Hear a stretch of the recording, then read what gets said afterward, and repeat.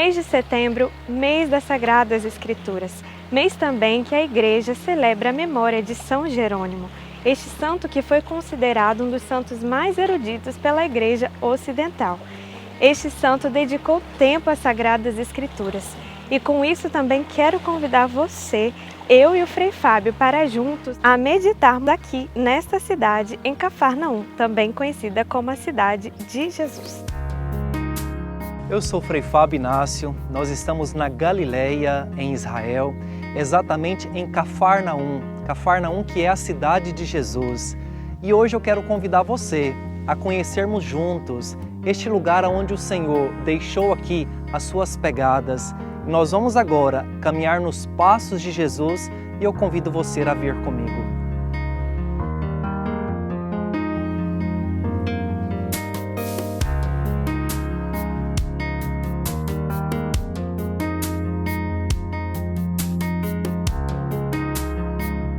E deixando Nazaré, foi morar aqui em Cafarnaum, à beira do mar, aos confins de Zabulon e Neftali, para que se cumprisse o que foi dito pelo profeta Isaías.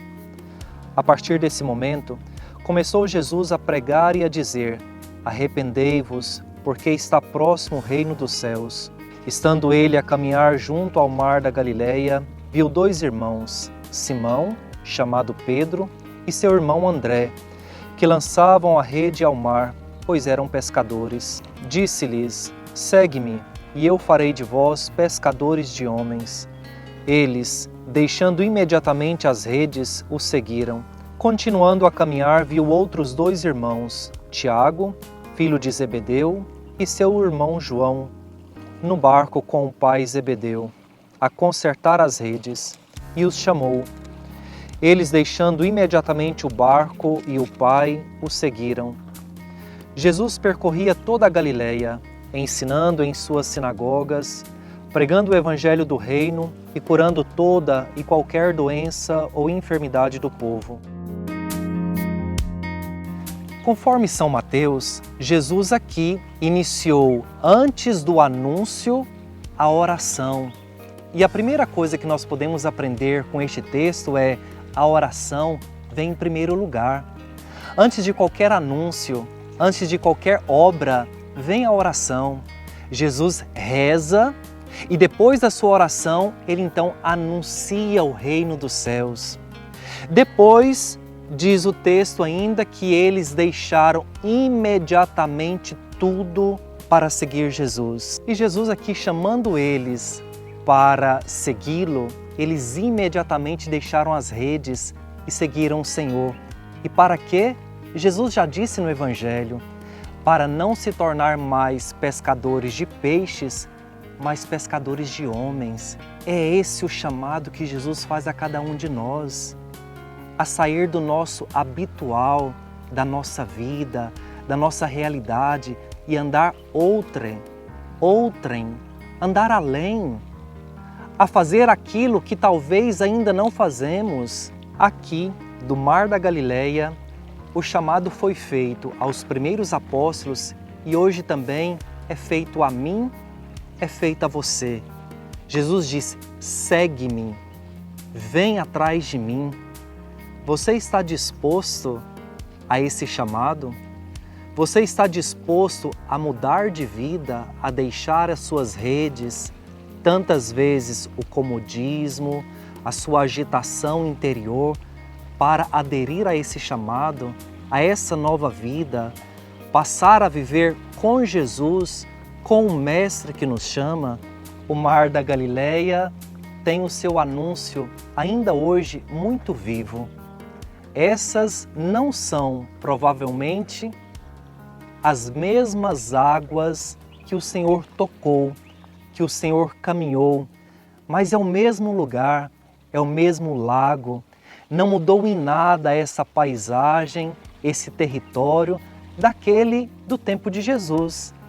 E o Senhor escolheu estar aqui, escolheu passar um bom tempo aqui, escolheu viver aqui. O Senhor, o Galileu, passou a sua vida neste lugar. Por isso, em Cafarnaum, concentra o ministério da sua vida. A cidade de Cafarnaum está às margens do Lago da Galileia, mas não temos só o lago aqui, temos muitas outras belezas. E agora eu quero levar você a conhecer outros pontos desta que é a cidade de Jesus.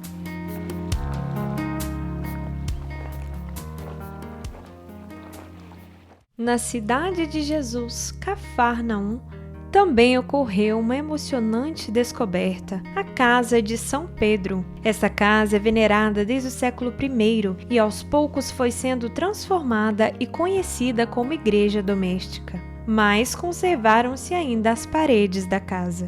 Gostaria de convidar você a refletir sobre o Evangelho de Marcos, a cura do paralítico.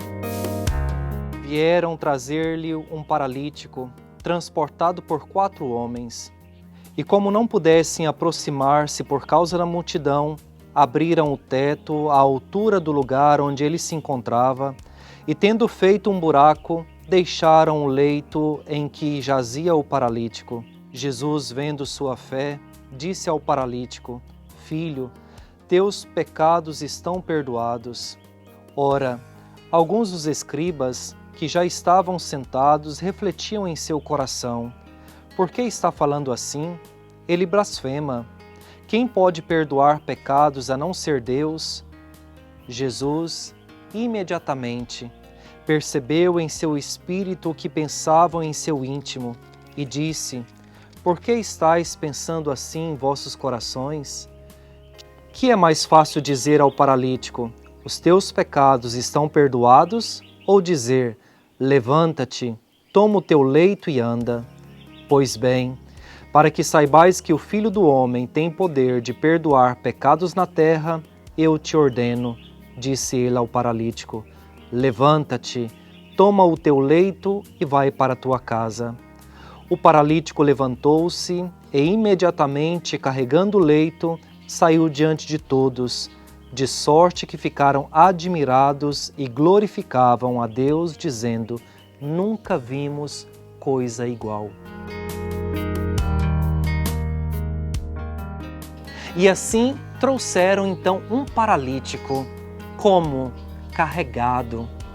Este homem chegou aqui carregado por outros 4 homens. E não tendo lugar à porta para entrar na casa, eles então abriram o telhado da casa, feito de palha, e desceram então o paralítico exatamente aonde estava Jesus. E como se deu a cura? Como se deu o milagre a este homem paralisado? Filho, os teus pecados estão perdoados. Jesus é o único capaz de libertar a pessoa humana de uma vez para sempre. E liberta não só do físico, mas também do espírito, da alma. Os teus pecados estão perdoados. E aquele homem que chegou aqui carregado pôde sair caminhando diante de todos, e todos viram e presenciaram que o milagre de Jesus, que a presença de Jesus, que a ordem de Jesus de perdoar pecados fez daquele homem um homem livre. E hoje eu, você, carregamos muitas paralisias que nos impedem de ser mais, melhor pai, padre, melhor filho. Qual é essa paralisia que hoje nós podemos pedir ao Senhor? Cura-me, Senhor. Liberta-me deste mal, dessa paralisia. Nós estamos em Cafarnaum, a cidade onde Jesus realizou muitos milagres. E contra esse mal da paralisia na nossa vida, nós podemos hoje suplicar ao Senhor: Senhor, cura-me, liberta-me. Aqui, na casa de Pedro, você, na sua casa, no local onde você está assistindo, escutando agora, suplica ao Senhor: Senhor, liberta-me desta paralisia, dessa situação que está tornando a minha vida paralisada. E os peregrinos também hoje podem fazer esta maravilhosa experiência de tocar neste lugar santo, com a ajuda dos freis franciscanos que zelam e cuidam de Cafarnaum, a cidade de Jesus.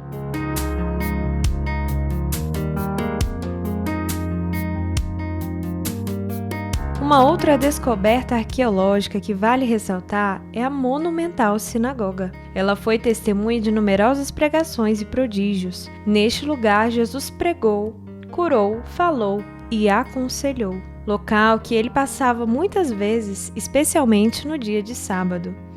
Diz o Evangelho, Jesus costumava ir à sinagoga.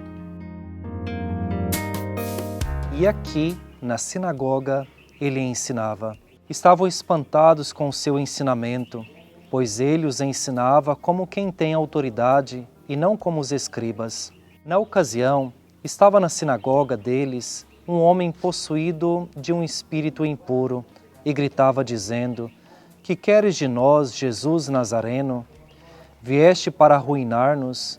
Sei quem tu és, o Santo de Deus. Jesus, porém, o conjurou severamente: Cala-te e sai dele. Então o espírito impuro sacudiu-o violentamente e, soltando um grande grito, deixou-o. Todos então admiravam, perguntando uns aos outros: Que é isto?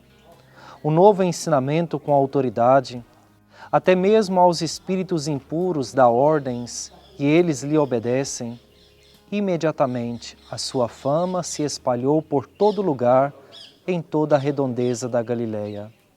Segundo o Evangelho de São Marcos, que nós escutamos agora, o primeiro milagre de Jesus neste Evangelho. Aqui Jesus, então, foi admirado, porque as suas palavras eram palavras de autoridade e não eram como as palavras dos escribas, das autoridades religiosas do seu tempo. E por que então tanta admiração com aquilo que Jesus falava? Quais eram essas palavras? Jesus anunciava a sua experiência pessoal com o Pai. Jesus não era um repetidor das palavras de autoridade dos escribas, das autoridades religiosas. Ele falava de si. Veja que quando nós anunciamos, testemunhamos a nossa experiência pessoal com o Senhor, são palavras de credibilidade, palavras de autoridade. Você na sua família, no seu grupo de amigos, como são acolhidas as suas palavras? Você é acolhido ou você é rejeitado no grupo em que você vive, em que você trabalha? As suas palavras falam de você e da sua experiência com o Senhor? Ou as suas palavras são repetições de muitos e muitos argumentos que estão nas redes sociais, nos grupos de fofoca e de conversa? Como fazer da nossa palavra uma palavra de autoridade, como as de Jesus? Aqui nessa sinagoga, neste lugar, eu te convido, a partir do texto bíblico, a falar de você mesmo, a falar da sua experiência com o Pai. Nessa sinagoga de Cafarnaum, nós temos aqui a presença. E nós somos realmente privilegiados, como os franciscanos, de cuidar desse lugar, de vir aqui a cada vez e fazer leitura da história aonde o Senhor esteve, aonde o Senhor pregou, aonde o Senhor curou, aonde a sua presença ainda é muito real. Nesse lugar que nos fala o tempo todo da presença de Jesus, a gente pode dizer que as pedras aqui falam. As pedras nos falam. E é uma presença não de 2000 anos atrás, é uma presença viva, real, atual. É atualizada a cada dia com a presença de inúmeros peregrinos que vêm aqui. Vêm para rezar, vêm para colher essas palavras de Jesus que são sementes lançadas. E nós vamos continuar conhecendo este belíssimo lugar, essa experiência de caminhar em Cafarnaum, a cidade de Jesus. A vida e os milagres de Jesus em Cafarnaum elevam o nosso espírito, dissipam as trevas da nossa vida e testificam que Ele é o caminho, a verdade e a vida. A sinagoga é o lugar onde, de acordo com o capítulo 6 do Evangelho de João, Jesus faz aquele belíssimo discurso sobre o pão da vida. Quando a multidão viu que Jesus não estava ali, nem seus discípulos, subiu aos barcos e veio para Cafarnaum, à procura de Jesus. Encontrando-o do outro lado do mar, disseram-lhe: Rabi, quando chegastes aqui? Respondeu-lhes Jesus: em verdade vos digo, vós me procurais, não porque vistes sinais, mas porque comestes os pães que vos saciastes. Trabalhai não pelo alimento que se perde, mas pelo alimento que permanece até a vida eterna, alimento que o Filho do Homem vos dará, pois Deus, o Pai, o marcou com seu selo. Disseram-lhe então: que faremos para trabalhar nas obras de Deus? Respondeu-lhes Jesus: a obra de Deus é que creiais naquele que Ele enviou. Então lhes perguntaram: que sinal realizas para que vejamos e creiamos em Ti? Que obras fazes? Nossos pais comeram maná no deserto, como está escrito: Deus lhes deu o pão a comer. Em verdade vos digo, não foi Moisés quem vos deu o pão do céu, mas é meu Pai que nos dá o verdadeiro pão do céu. Porque o pão de Deus é aquele que desce do céu e dá vida ao mundo. Disseram-lhe: Senhor, dá-nos sempre deste pão.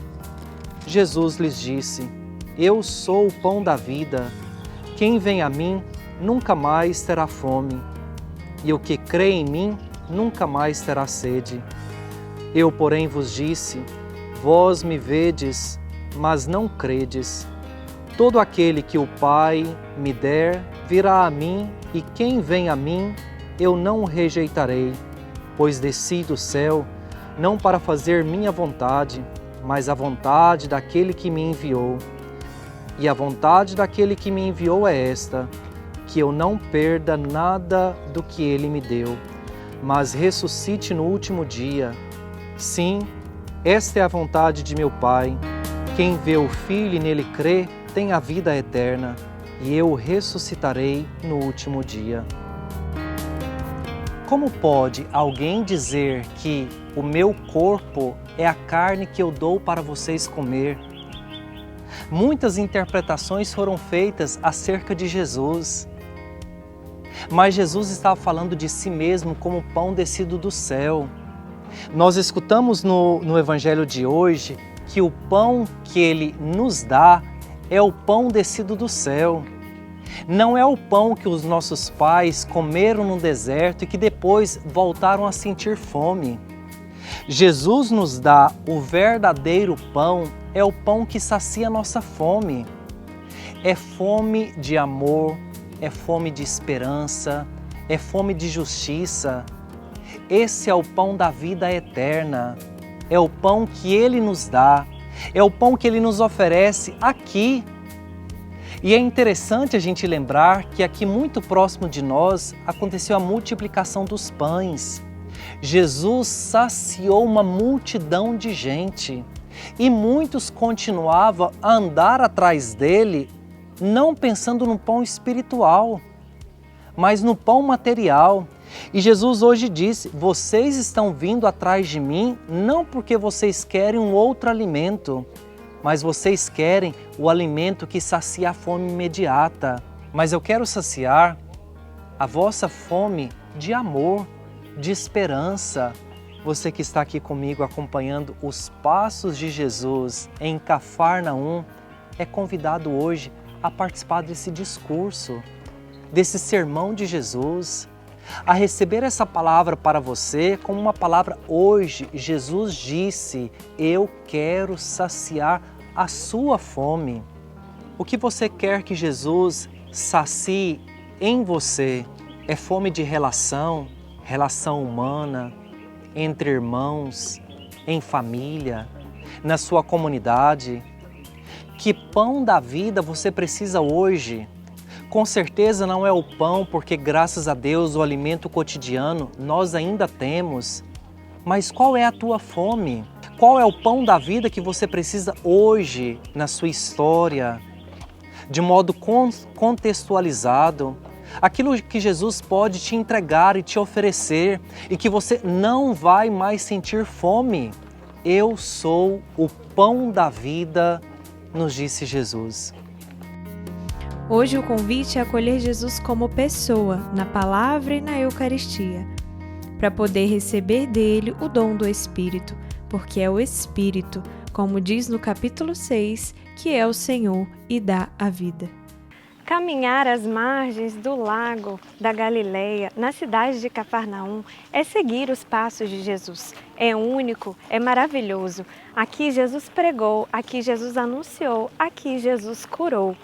Eu e você também somos convidados a anunciar esta boa nova de Jesus. Deus te abençoe.